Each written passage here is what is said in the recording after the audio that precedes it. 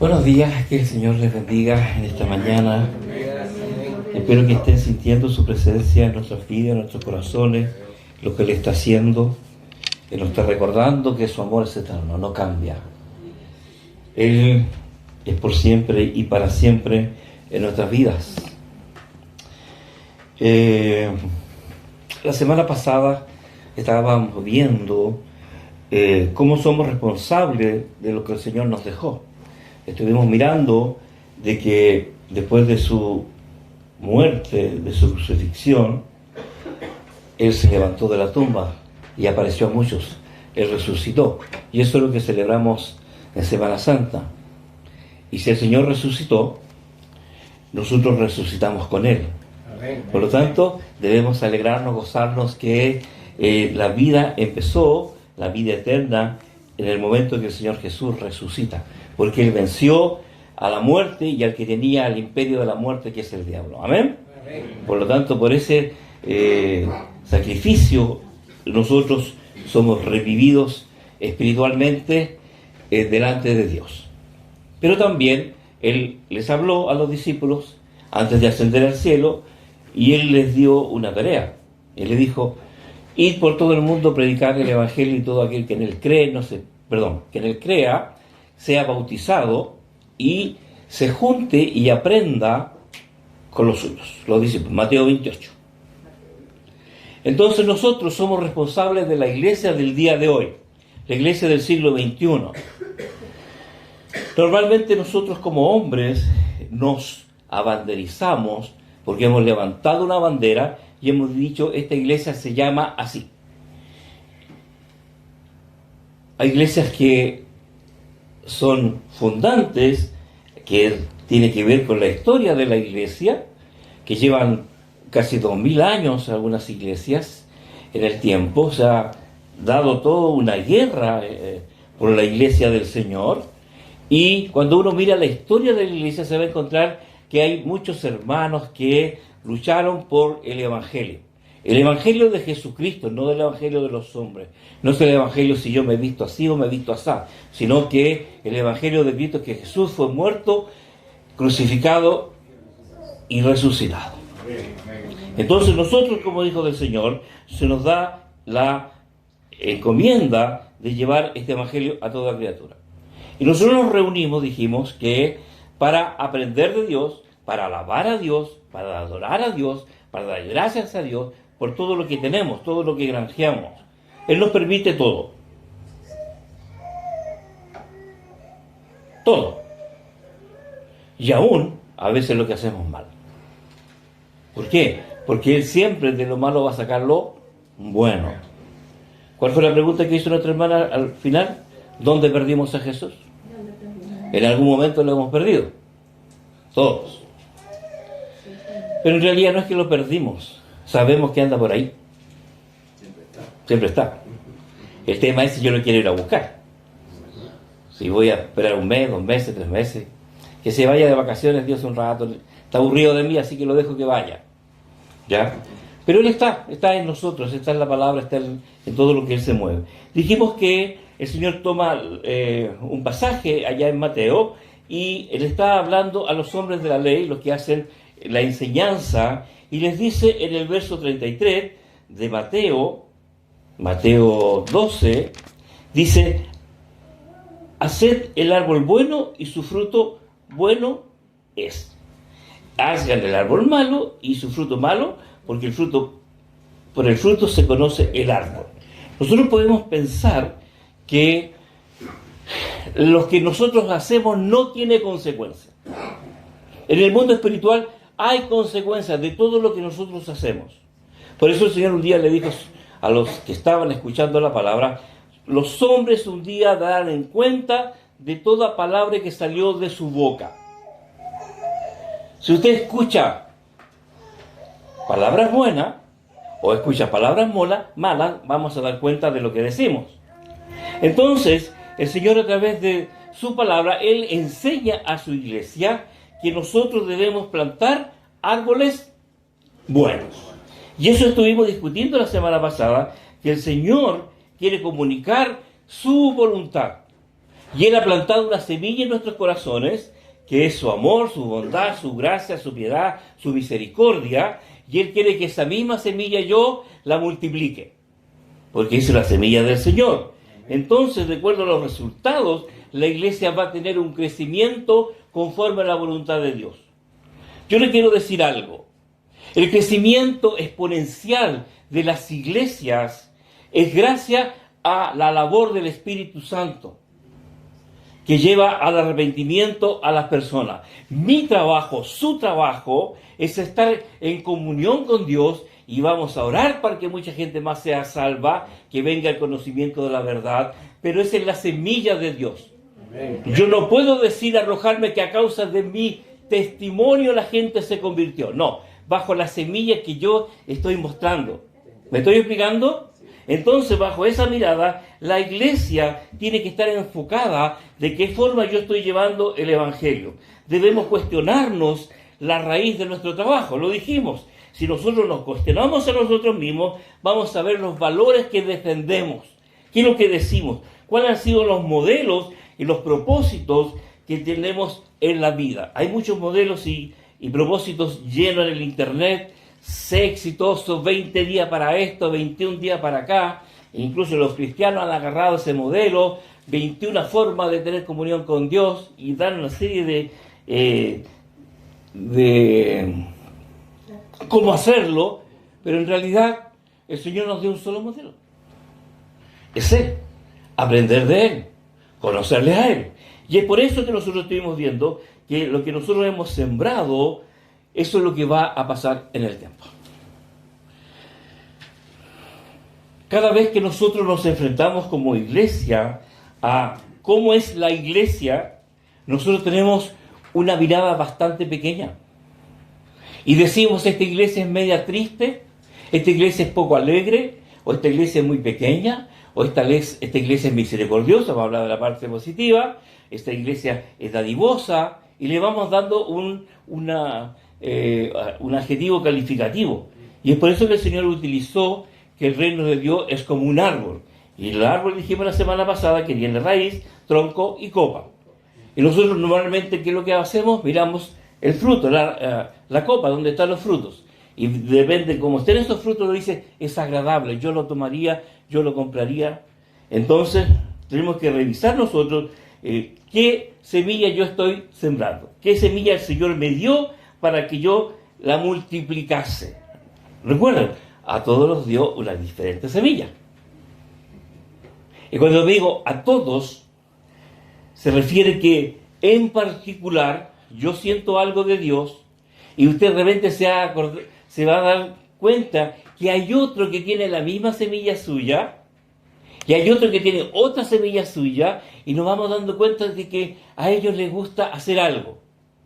Por ejemplo, yo me he encontrado con gente que le gusta la misericordia, que siempre están pensando en el más desvalido, siempre están pensando en poder apoyar, ayudar, de diferentes formas. Hay otros que les gusta estudiar, hay otros que les gusta crear cosas para que la iglesia tenga comunión, reuniones tipo. Entonces, nosotros vamos animándonos conforme a eso. Y es por eso que decíamos la semana pasada que para que el árbol sea bueno, yo tengo que regarlo, lo tengo que poner, podarlo, salitre, abonarlo para que sus raíces sean suficiente fuerza para que suban por el tronco y termine en un buen fruto. Quiero decirles, hermanos, que el Señor ya ha hecho eso. Ha plantado la semilla del Evangelio en nosotros. Amén. Ha plantado la semilla del amor de Dios en nosotros. Entonces, bajo esa mirada, nosotros vamos a actuar. Y para que nosotros podamos revisar un poquito cuáles son mis semillas, vamos a ver los valores, cómo trabajarla y cuál es el propósito de que yo tengo esa semilla. Lo primero que dijimos la semana pasada era que el Señor lo primero que nos dotó es de fe. La fe. La fe es el fruto que nosotros tenemos que nos lleva a ir hacia Dios. Y uno dice, Señor, aumentanos la fe. Nuestra hermana decía, queremos la fe de David. Si uno se pone a pensar, si nos comparamos con el rey David, no vamos a llegar, ¿cierto? Pero es una visión humana. La visión de Dios es que ese árbol lo regaba Dios. Él entendió y todos sus propósitos de vida estaban hacia Dios. Y es por eso que David era fuerte. Por eso se le dice que tenía conforme el corazón de Dios, porque estaba en voluntad, a pesar de sus yerros, a pesar de sus problemas. Entonces, nosotros tenemos que mirar cómo estamos regando. Y aquí es el problema. Porque la palabra de Dios es la fortaleza, es la que riega la raíz. Si yo tengo desdén con la Escritura, no voy a ser muy regado, sino que me va a quedar solo lo que yo escuché. Por lo tanto, yo tengo que revisarme y decir, oye, ¿qué relación yo tengo con la Escritura? Yo sé lo que me va a decir, porque yo también lo decía, y a veces lo digo. No entiendo qué es lo que Dios quiere decir. No entiendo. ¿Qué dice la palabra? Que el Espíritu Santo nos llevará a toda verdad. Él nos va a hablar a nuestro corazón y nos va a enseñar. Entonces, en esta segunda parte yo les quiero hablar sobre que estos valores los puso Dios. ¿Tienen Biblia? Sí. Ya, Mateo 6. Busquen Mateo 6. 6, les vamos a devolver un poquito. Y vamos a leer del verso 19 hasta el 21. Dice así: no os hagáis tesoros en la tierra, donde la polilla y el orín corrompen, y donde ladrones minan y hurtan. Sino, haceos tesoros en el cielo, donde ni la polilla ni el orín corrompen, y donde los ladrones no minan ni hurtan. Porque donde está vuestro tesoro, allí está también vuestro corazón. Porque donde está vuestro tesoro, allí también está vuestro corazón. Lo remarco. La lámpara del cuerpo es el ojo. Así que si tu ojo es bueno, todo tu cuerpo estará lleno de luz. Pero si tu ojo es maligno, todo tu cuerpo estará en tinieblas. Así que si la luz que hay en ti, es en tinieblas, entonces nosotros vamos a decir, ¿cuántas? No sé, ¿no serán las mismas tinieblas? Estoy confundido. Ninguna puede servir a dos señores, dijo el Señor, porque aborrecerá al uno y amará al otro, o estimará al uno y menospreciará al otro. No podéis servir a Dios y a las riquezas. Esta es la palabra que dice que nosotros tenemos que sembrar en el reino de Dios, no en el reino de las tinieblas. Y el ejemplo es, dice, ¿dónde está tu tesoro? Allí estará también, ¿qué cosa? Nuestro corazón. Tu corazón. Y eso marca la diferencia. No tiene que ver con el ministro, no tiene que ver con Dios, no tiene que ver con el Espíritu Santo, tiene que ver conmigo. Yo decido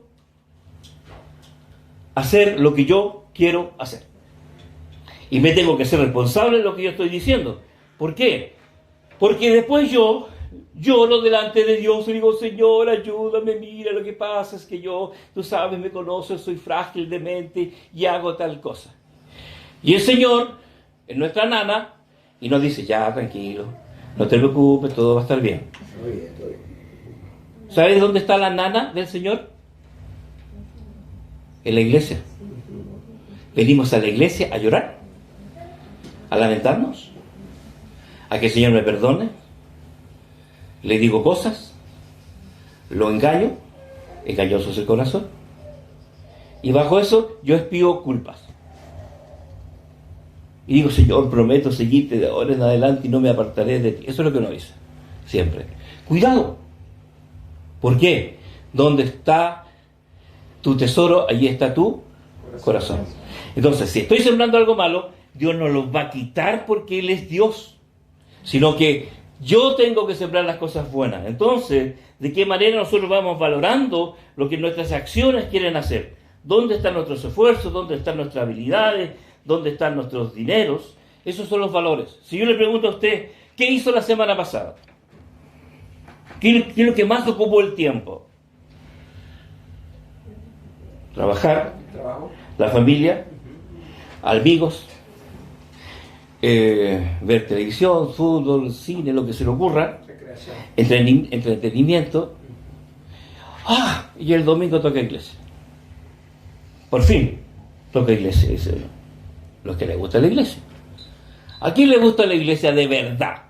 Que le gusta venir. Que si me llaman a un casamiento, no voy a una iglesia. Mentira, hasta ahí llegó lo que nosotros decimos. Así que no vengan con cuentos de que aman a la iglesia y no. Aparece algo y, hermano, ¿sabe qué? Le quiero avisar, si es que avisan, porque esa es la otra. Porque tampoco avisan. Entonces, tenemos un problema urgente, ya no se preocupe. Dice. Me encantan los hermanos que llaman y dicen, me acaba de escribir un hermano, me dice, pastor, hemos amanecido enfermos, los dos nunca nos ha pasado y no podemos asistir. Alexandra, muy bien, conoce su corazón. Conoce su corazón. Entonces, querido, nosotros tenemos que estar conscientes que yo le voy poniendo horario a mi vida, entonces vamos definiendo qué es lo más importante, qué es lo que yo estoy viviendo. Ojo, todo lo que nombré es normal, es natural. No digo que usted no tenga amigos, no digo que usted no se pueda entretener, no estamos diciendo eso. Estamos diciendo que todo puede, pero todo tiene su tiempo en el lugar preciso. Pero si hay una de esas cosas que estorba tu intimidad con Dios, tenés que tener cuidado. Entonces, lo mismo ocurre en una iglesia. Los valores que elegimos es servir, amar, cuidar, ¿cierto? Pero estos van a determinar lo que vamos a hacer y también se va a notar definitivamente en lo que vamos a hacer. Primero, el verbo hacer con H y el otro ser. Entonces, ¿qué dice la Escritura? Yo voy a ser cristiano, voy a seguirte, Señor. No importa lo que suceda, yo estaré contigo. Y en definitiva, a veces no es tan así, sino que voy a ser timorato. De repente sí soy fervoroso y de repente no soy fervoroso. De repente amo mucho al Señor y de repente parece que no amo tanto al Señor. Amo a los hermanos y después no los quiero tanto. ¿Ama a su pastor? Gracias. Ya me responde, no. Creo que ha sido un amén grande. Eso es capcioso. Es ridículo. Porque no está en juego eso. No. Yo amo a Dios y si amo a Dios, amo a mi prójimo. Pero nos enseñaron que hay que amar al pastor. Eso es un tema que yo... Que amar a Dios sobre todas las cosas. No me gusta. No me gusta. ¿Sabe por qué no me gusta? Porque estamos anteponiendo a los hombres. Tenemos que tener respeto. La iglesia tiene gobierno. Así como yo amo a mi papá y yo respeto a mi papá. ¿Sí o no? Es diferente. Si alguien me pregunta, ¿usted ama a su papá? Yo no sé con quién hablé. ¿Cómo veníamos hablando? Yo amo a mi papá todavía. Falleció. Le puedo contar todo lo malo que hizo. Y usted va a decir, yo que usted no lo amaría tanto. Y yo le digo, ¿sabe qué? Yo amo a mi papá porque primero me dio la vida, como mi mamá, y él dentro de lo que pudo, formó cosas en mí. Y yo amo a mi padre.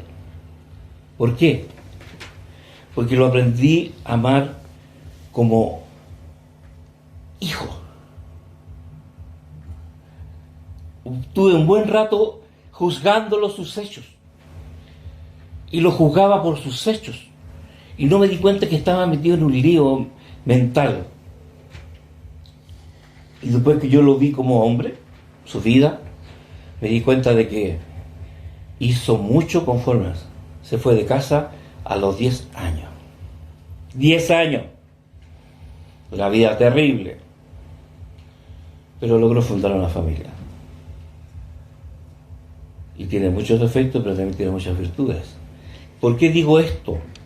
Porque todos nosotros tenemos la posibilidad de cambiar, de ser transformados. Y mi padre recibió al Señor, se hizo cristiano, prometió seguirlo, estuvo en comunión en una iglesia local, y así. Después el anciano ya dejó de congregarse y todo lo que les pasa a los que nos envejecemos. Pero querido, veamos mi relación con Dios, veamos como iglesia. ¿Qué yo quiero al principio cuando conozco a Dios? Cuando yo empiezo a conocer a Dios, quiero que Él sea mi Salvador, porque nos hablan de la salvación. ¿Sí o no? Es el principio. Y que sea mi Salvador, para que yo no vaya al infierno. Querido, el infierno es una verdad. No es una mentira, es una verdad, es una doctrina. Es decir, toda persona que no se devuelva a Dios está en contra de Dios. Y Dios le mostrará el sacrificio de su Hijo Jesucristo y le va a decir: Jesús, mi Hijo amado, murió por tu pecado. Si no te arrepientes de tu maldad, te irás a la separación eterna, que es la muerte. Sin Dios, sin su presencia. Entonces, queremos que el Señor sea mi Salvador. Después, que estoy creciendo en la iglesia, quiero que sea mi sanador. ¿Te han fijado eso? ¿Cuál es el concepto más hoy día el que se usa en las iglesias? Fíjese que hoy día no se predica el Evangelio. Hoy día se predica de sanidad. Se predica sobre prosperidad, sacar demonios. Milagros. Querido, nosotros a veces caemos en eso. ¿Por qué yo pido sanidad? Para que no me duele el cuerpo, porque necesito estar bien. Pero querido, el Señor ha prometido sanar, ¿qué cosa? Tu espíritu, tu alma. Porque el Señor dijo, ¿de qué vale entrar en el infierno con todo el cuerpo y perder tu alma?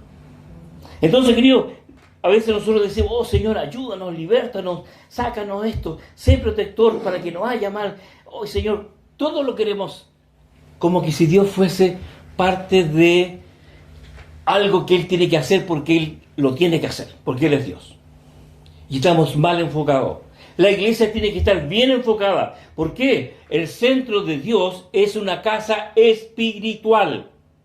Nosotros somos una casa espiritual. Todos los creyentes, todos los que han recibido a Jesús, somos reyes y sacerdotes. Oficiamos delante de Dios. ¿Qué hicimos recién? Bueno, oramos unos que otros y a veces le decimos: bueno, ¿qué va a salir de todo esto? ¿Da miedo cuando hay que orar o no? En público. Sí, da miedo. No estoy acostumbrado. Pero ¿sabes por qué da más miedo? Porque me confrontan a una verdad. Una verdad que yo tengo que expresar públicamente lo que digo creer y hacer. Pero cuando me confrontan a esto, no tengo palabras. Pero para hablar necedades, me sobran las palabras. ¿Se da cuenta, no? Entonces nosotros tenemos que tener cuidado con eso. ¿Por qué? Porque a veces creemos que el venir es todo. Porque nadie le dice: dígame el Salmo 23. El Señor es mi pastor, nada me faltará, ya pase. No es así, no funciona así. Sino, ¿cómo se nota? Cuando nosotros decidimos y abrimos la reunión: vamos a adorar al Señor. Amén.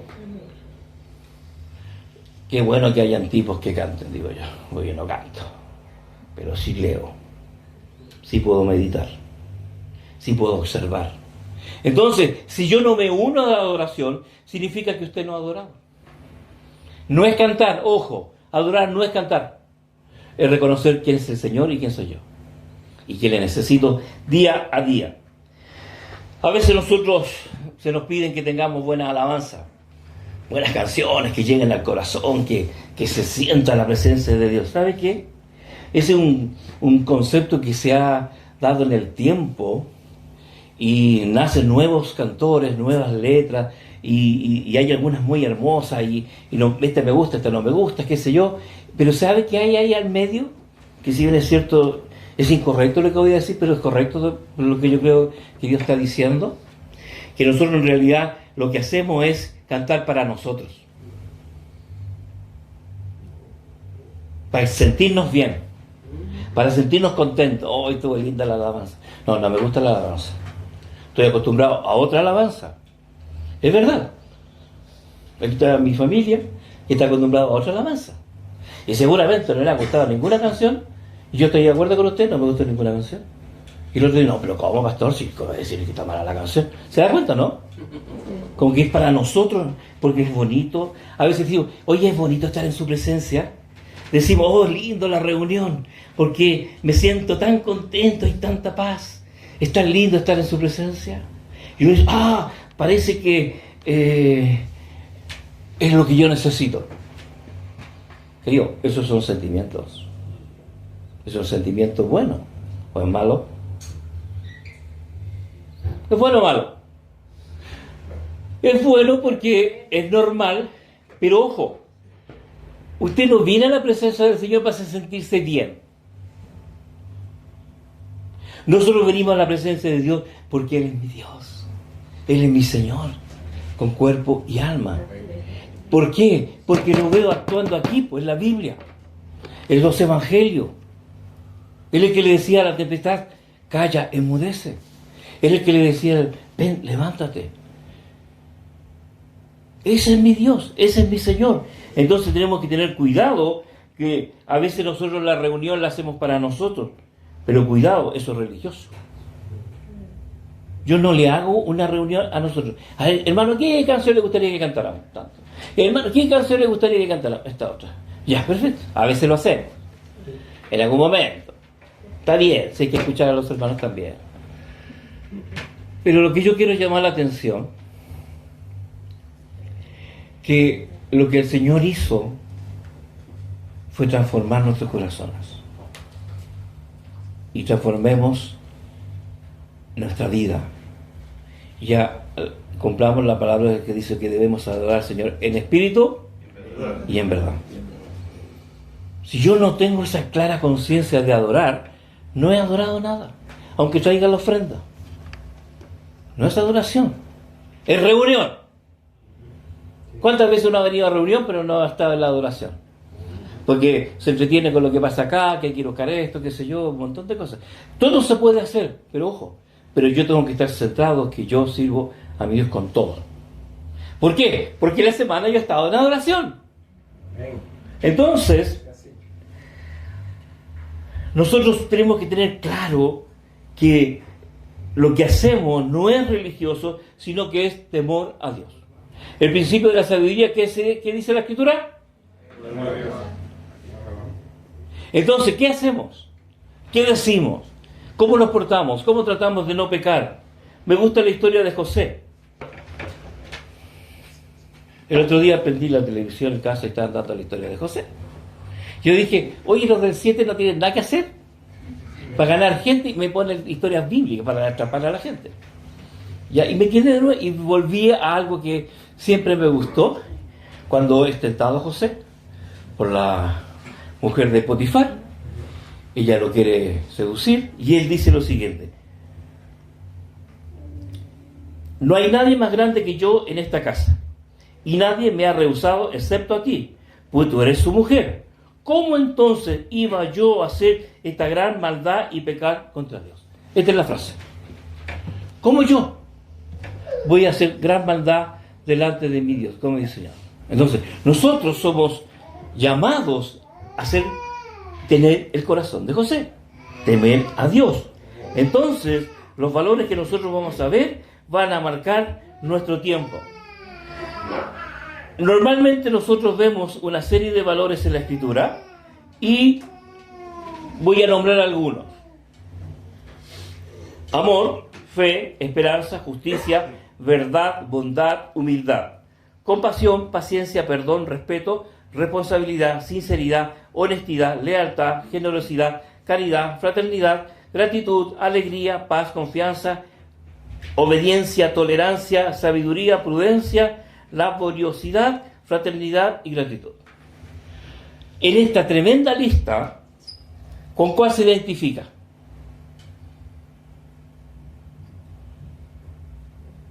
Normalmente escogemos una o dos, o tres. Pero podemos tener más, ¿no? Esto es lo que el Señor es. Todo eso es lo que tenía el Señor. Él expresaba amor, Él tenía fe, Él hablaba de esperanza, Él hablaba de justicia, Él era la verdad, Él era bondadoso, Él era humilde. Él era compasivo, él tenía paciencia, él perdonaba, él respetaba, responsable de todo lo que hacía, era sincero, honesto, lealtad, generosidad, caridad, fraternidad. Me está describiendo al Señor, Amén. Eso es. que son valores humanos. El Señor era perfectamente hombre y perfectamente Dios. Entonces, si nosotros decimos, oye, ¿todas esas virtudes tenía el Señor? Sí. ¿Y sabe lo que más me gusta? Que son aplicables a mi vida. Es decir, yo puedo parecerme al Señor. La gente dice, ¿cómo yo me podría parecerme más al Señor? ¿Haciendo milagros? ¿Echando fuera demonios? ¿Tirando una nueva profecía? No, viviendo como viviera el Señor. Ser como Él. Aprender de mí que soy santo y humilde de corazón, dijo el Señor. Es por eso que voy a mirar algunos, la santidad. Si hay un problema en nosotros los cristianos, es la santidad. Porque la santidad tiene un concepto bastante religioso, implantado en la forma que fuimos evangelizados. ¿Por qué? Porque nosotros pensamos que la santidad es un atributo que solo le pertenece a Dios. Y lo más osado se lo han dado a los hombres, un tema religioso, y lo han declarado santos, los santos de Dios. Pero vamos a la Biblia. La Biblia dice que ¿quiénes son los santos? Los que Dios ha declarado santos. ¿Y a quién declaró santos? A todos los que hemos creído en Él. Porque Él nos ha apartado. Él ha puesto su Espíritu Santo en nuestro corazón. La santidad. ¿Qué dice Dios sobre la santidad? Nosotros como hijos de Dios, siervos de Jesucristo, nos exige ser santos de toda nuestra manera de vivir. ¿Sabía usted eso? Que Dios pide que seamos santos. ¿Por qué? Porque Él es santo. Amén. Seguirlo. No puedo. La palabra santo significa apartados para Dios. ¿Aquí está llena de santos o santurrones? A veces yo soy un santurrón.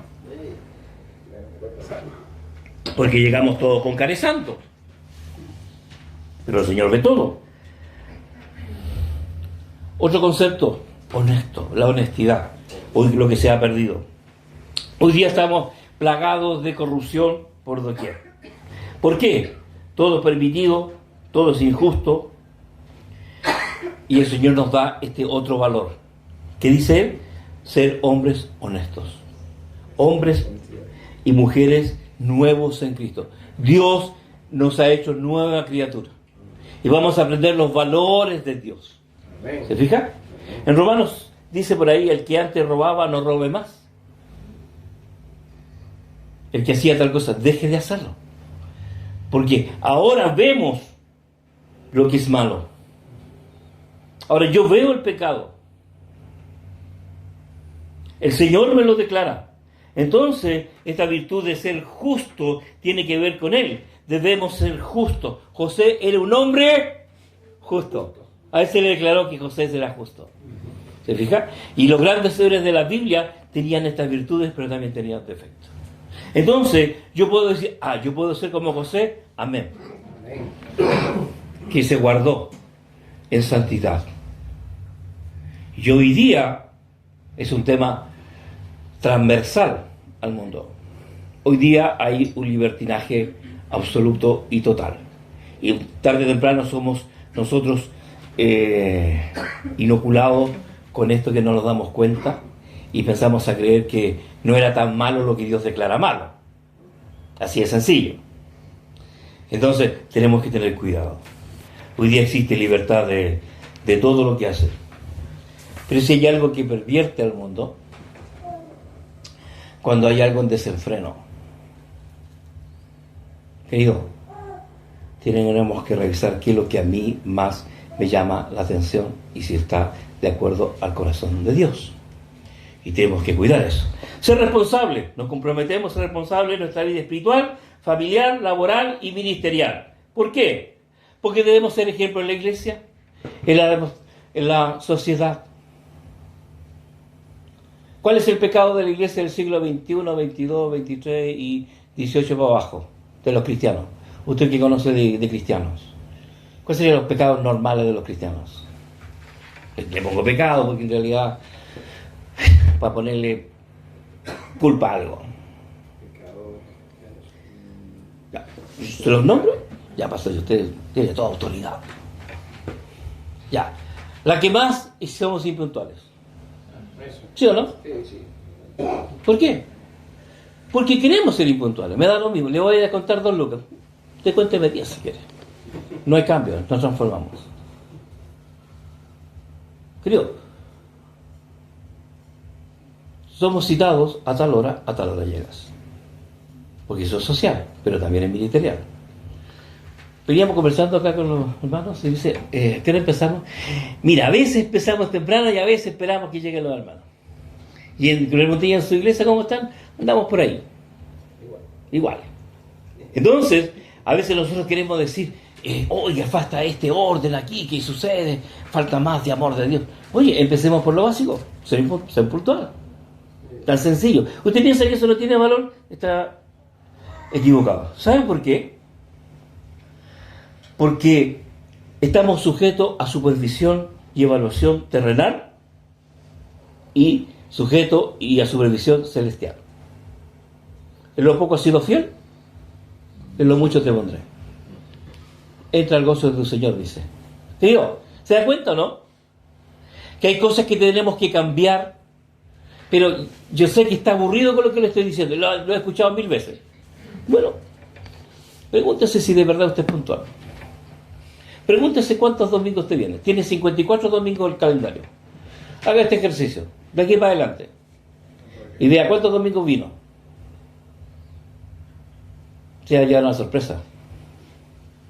El día de la madre, día del padre, día de no sé quién, día de no sé cuánto, no sé, tengo que ir a ayudar a algunos amigos. Ya, no importa. Cada vez que yo falto a la iglesia, hay algo que yo me pierdo. Aunque después con los tiempos decimos, no nos perdimos nada, total, el Señor no se va a enojar por un día. No, sino eso es un concepto de adoración. Usted cuando ve el Antiguo Testamento, eran llamados a adorar y todos iban. Los que estaban enfermos los llevaban en camilla, pero tenían que aparecer en la presencia de Dios. Querido, obedecer estos conceptos nos cuesta. Por eso la siguiente actitud es la obediencia y sujeción. Como parte del cuerpo de Cristo, tenemos que estar dispuestos a sujetarnos a las autoridades de la iglesia. Y también a los hermanos, somos consiervos. Este es un concepto que la obediencia ¿se aprende de la casa o no? ¿Sí o no? Nace en el hogar. Y usted lo lleva por donde quiera. Pero si es rebelde y contumaz, va a ser desobediente. Y él dice, no, yo soy libre. No, usted no es un libre, usted es un desobediente. Y nosotros debemos sujetarnos a Dios. ¿Por qué? Porque eso implica humildad. Eso implica de verdad, si soy humilde delante del Señor, si soy capaz de cumplir los deberes y obligaciones que me han sido encomendados.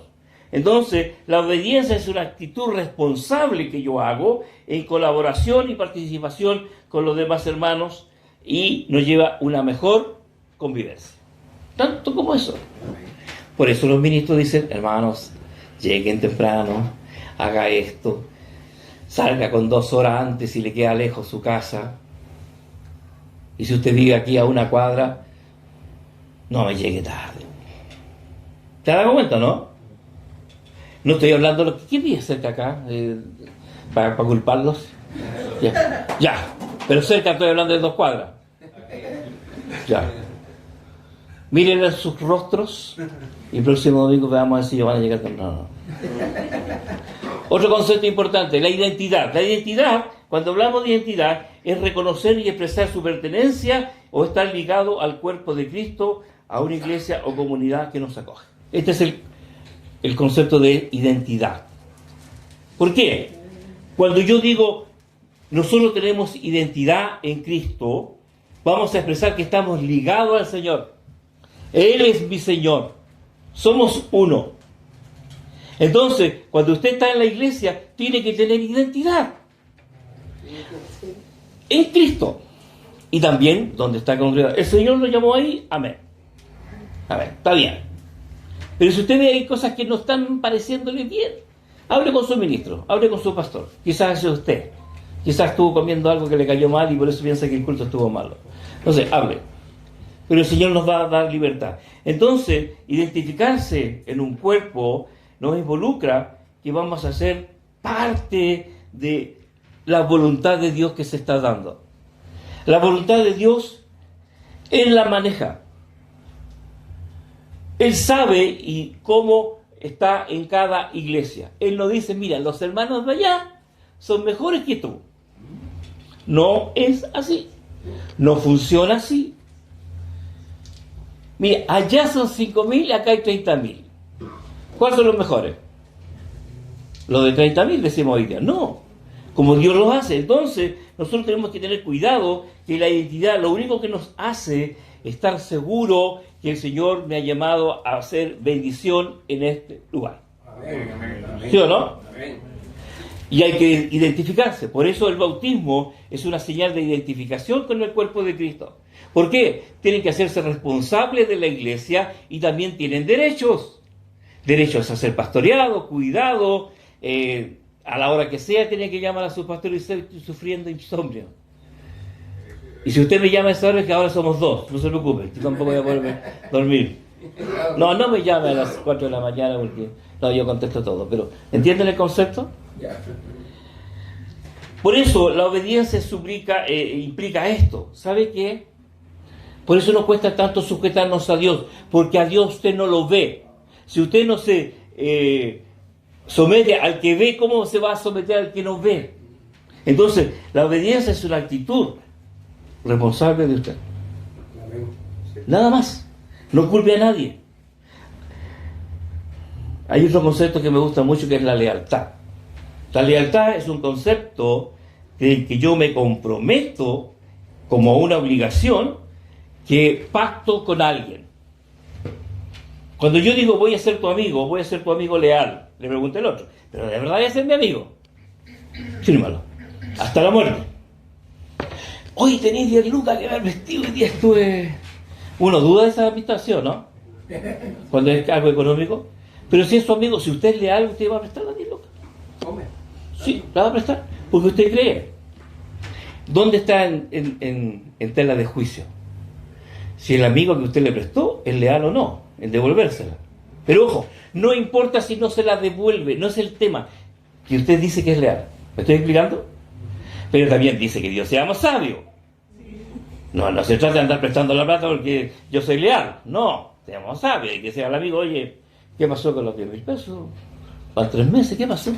No, que tenía un problema. Y usted le enseña, bueno, si tienes problemas me tienes que llamar, me tienes que decir, yo te puedo esperar si no hay problema. ¿Se fija? Entonces la lealtad es un principio humano, pero está ligado a lo que es Dios. Es un alto valor, porque implica un tremendo compromiso con Dios. Si yo lo tengo con Dios, lo puedo exigir a mí, amigo. ¿Sí o no? Porque si es normal de entre hombres y con Dios no pasa nada, yo puedo pasar a 10 lucas y me porto con Dios total, igual que mi amigo. Lo que yo estoy pidiendo no tiene valor. ¿Me estoy explicando? Porque son principios que yo voy a aprender, lo voy a aprender de Dios, porque Él es leal. Entonces, bajo esa mirada, nosotros tenemos que estar cuidado con lo que decimos y lo que hacemos. Por eso es, yo voy a hacer esto y de esa forma me van a ver hacer. La vida cristiana, queridos amigos, queridos hermanos, es un concepto amplio y por eso el Señor le ha puesto un modelo que se llama mayordomía. ¿Han escuchado la mayordomía de Dios? La mayordomía de Dios nos propone y nos compromete a ser buenos administradores del reino. Nosotros como iglesia dijimos, vamos a tener un ministro tesorero que maneje los valores de la iglesia. Y hemos pasado por varias etapas y varios hermanos han manejado y ahí a veces vamos cambiando y a veces el hermano dice, no, que siga. Mi esposa se incomoda muchas veces, me dice, oye, yo no quiero ser más tesorera. Puede ser otro. Y yo le digo, no, tú vas a ser el tesorero. ¿Por qué? Eres buena administradora. Si me la dejan a mí, me la voy a gastar. ¿Sabe cómo la gasto? Necesitamos comprar unas paletas de ping-pong para los hermanos, para que se entretengan, por decir algo. ¿Qué me dice la tesorera? Amén, pastor. ¿Sabe lo que me dice? Y que se la compré los que quieren jugar. Este plan es del Señor. ¿Sí o no? ¿No ha pasado? Entonces, a veces pasa que todo tiene que salir de la arca de la iglesia. No, se tiene que administrar bien. Necesitamos pagar, necesitamos hacer montones de cosas. Entonces, la mayordomía empieza ¿dónde? En la familia. Nuestros padres nos enseñan mayordomía. Nosotros tenemos que atender bien lo que nos ha sido dado. Es por eso que muchos años en este país, no sé si en otros, se le daba mesada a los niños para que aprendieran a manejar el dinero, ¿cierto?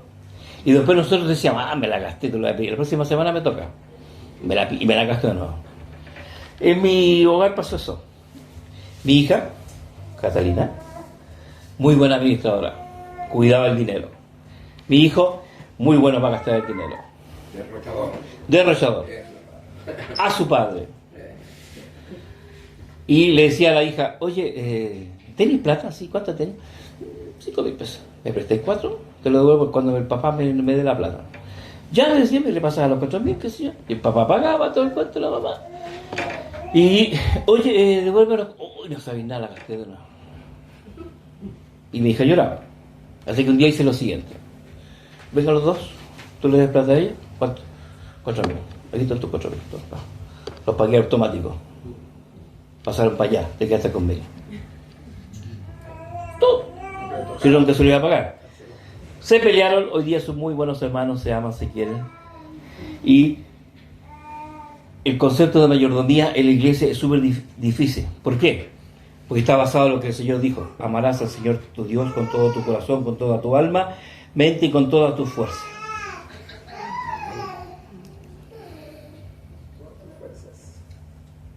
Uno dice, ya, pero este texto es para otra cosa, pues no me lo venga a meter aquí. Querido, el Señor nos dio un lugar espiritual en su corazón. Y lo que el Señor me entregó, yo lo debo, ¿qué cosa? Administrar. Yo lo digo, yo lo veo. Entonces, yo amo al Señor con todo mi corazón, con todo lo que yo puedo. El problema está, ¿cómo yo hago para obedecer lo que el Señor me está dando? ¿Qué nos entregó el Señor? La pregunta, ¿qué nos entregó? ¿Qué te entregó a ti el Señor el día que te convertiste? Su amor. Lo primero que nos da es su amor. Entonces yo voy a administrar bien el amor. Y tengo que aprender cómo es el amor. Por eso está el capítulo 13 de Corintios, donde está el amor. El amor todo lo puede, el amor todo lo soporta, el amor no se envanece, y hay una lista gigante. ¿Sí o no? Entonces, significa que el amor de Dios no cambia. Es diáfano. Es claro, es transparente. No es con doblez. Yo debo amarlos a ustedes y ustedes me deben amar a mí porque Dios me ama. ¿Sí o no? Amén. Y si Dios me ama, cuidado. Tengo un papá. Pero yo también tengo que tener buena mayordomía de ese amor. No debo ser una persona que esté sobre la grey, sino que en medio de la grey. El ministro no debe envanecerse, no debe besarle el anillo. Es un hombre, igual que ustedes, somos consiervos. Entonces, la palabra nos dice que lo que nuestros actos hacen demuestran la fe que yo tengo. Así es sencillo. Entonces, ¿por qué? Porque la palabra dice en Santiago que la fe sin obra es muerta. Yo puedo creer, pero yo me caen mal los hermanos, ¿qué voy a hacer? Tengo que trabajar, algo está pasando en mi corazón. ¿Sí o no? ¿Y qué dice la Biblia? Que tenemos que soportarnos unos a otros. Tenemos que cuidar a los que son más sensibles, que son más débiles en la fe. Hay hartos que nosotros podemos aprender. Pero si uno dice, oye, amarás al Señor con todo tu corazón. Hemos estado estudiando a Dios. Hablamos de su omnipresencia. Hablamos de su omnisciencia. Hablamos de su omnipotencia. Hablamos de la eternidad, de su inmutabilidad, perfecto, santo, trascendente, soberano, único, es espiritual, es infinito, es inaccesible, autónomo, autosuficiente, incomunicable, inmaterial. Todos esos que acabo de nombrar solo son de Dios. todos esos atributos.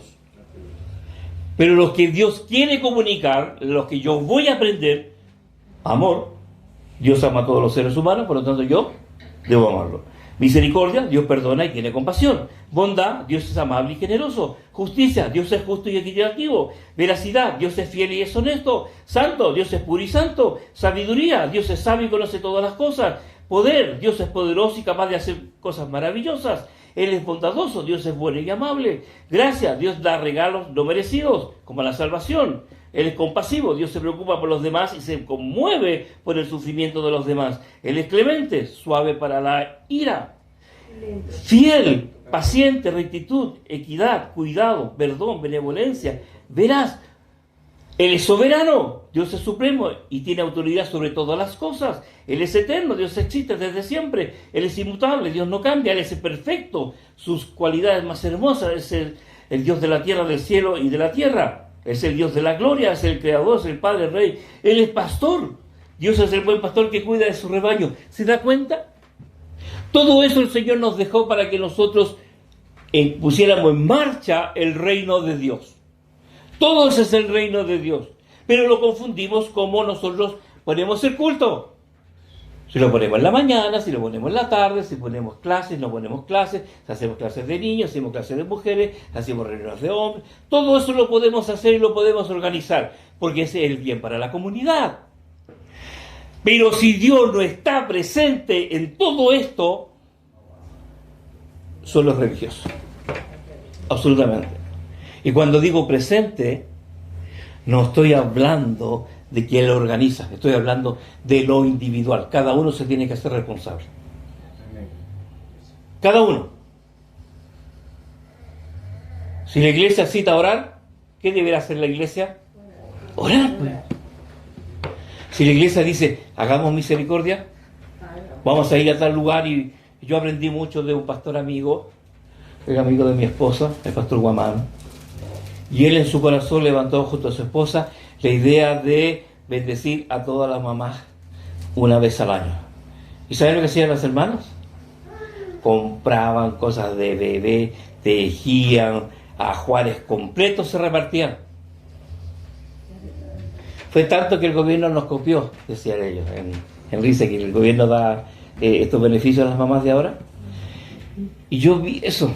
Me tocó ir con ellos cuando hubo el tsunami allá en Iloca, toda esa parte. Fuimos, la iglesia, llenamos la camioneta de la que yo tengo, y la llenamos con cosas frazadas, de todo lo que había, losa, qué sé yo, de todo.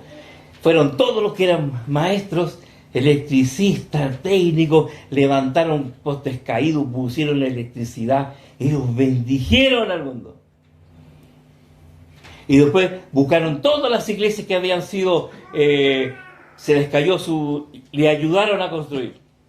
Eso es el reino de Dios. Y Él nos permitió acompañarles y aprender de ellos, y fuimos como uno de ellos, un solo cuerpo, y participamos, lloramos, y después predicamos la palabra. Entonces, querido, ¿qué vamos a hacer con lo que el Señor nos entregó? ¿Qué vamos a hacer? Cuando yo digo ¿qué vamos a hacer? Es tierra de nadie. ¿Qué va a hacer el pastor? Medio lío que tiene. Así es un lío ser pastor. Pero es un llamamiento. La pregunta, amados, queridos hermanos, ¿qué vas a hacer con la palabra? ¿Qué vas a hacer con la misericordia? ¿Qué vas a hacer con esto? ¿Qué vamos a hacer? El otro problema que tiene la iglesia del siglo XXI, que se mira el ombligo. Nos miramos a nosotros mismos. Nos cuesta orar por los inconversos. Nos cuesta orar por los corruptos. Nos cuesta orar por las prostitutas. Nos cuesta orar por todo lo que la sociedad ha desechado. Somos llamados a interceder. Y tenemos que levantar nuestros hogares, nuestras casas, orar por ello. Entonces, ese es el reino que el Señor nos dejó a cada uno de nosotros. Y los que no conocen al Señor, ese es el reino que Dios quiere para ti. conozcan. Que le conozcan. Y vas a recibir, ¿qué cosa? Bendiciones espirituales en tu vida. Y vas a entender el amor de Dios, como Él te ama, cómo Él ha tenido misericordia de ti, cómo el Señor ha tenido misericordia. Si yo puedo decir, yo soy un hombre bendecido porque el Señor ha tenido misericordia y mantiene misericordia conmigo en mi vida. Él ha estado 3 veces para morirme, de verdad. Y Él ha estado ahí presente. Y lo ha permitido. La última fue culpa mía, nada más. La última fue culpa mía, nada más. Tenía nada que ver. No, yo subí algo que no tenía que subir. ¿No? Pero me estoy explicando, queridos, ¿o no? Sí. Entonces el tema es que dejemos de pensar y buscar la iglesia perfecta. No hay iglesia perfecta. Si no, lea Apocalipsis. Y como el Señor habla a cada una de las iglesias. El único perfecto es el Señor. Amén. El único que quiere amarnos de verdad es el Señor. Tenemos que dejar de amar, dejarnos que nos ame el Señor. Tenemos que dejar que Él nos corrija. Tenemos que dejar que Él nos enseñe. Porque si hay algo que nos cuesta entender, es ser enseñado. Y a veces yo digo que quiero ser enseñado. ¿Cuándo? Cuando vengo al culto, vengo a escuchar la palabra. Pero ¿qué dice la Biblia? Que muchas veces, ¿qué somos? Oidores. Y no hacedores. Si yo les pregunto algo, que siempre preguntan los pastores, esta es la parte que nosotros nos destinamos, de los miembros. ¿Cuál fue el último libro de la Biblia que usted está leyendo? Libro. No pedacito, libro. ¿Qué aprendió de ese libro? ¿Qué Dios le habló de ese libro?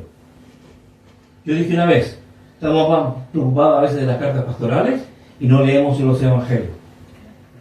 Se nos olvidó los evangelios, el principio de Dios. Porque de ahí yo saco y miro cómo el Señor hizo y cómo yo debo hacer. ¿Sí o no? Sí. Entonces, si nosotros no somos capaces de volver a mirarnos y decir, oye, ¿vamos a seguir haciendo la misma iglesia? Como que si la iglesia tuviese la culpa, porque ojo, la iglesia, ¿sabe cuál es? Es esto. Claro. Es el local. La gente se voy a la iglesia, ¿dónde va? Voy a Corona Super 4287. Y le dice, esta es la iglesia. No, la iglesia es usted. Cada uno de nosotros es la iglesia. Por lo tanto, tenemos que avivar el fuego de Dios en mi vida.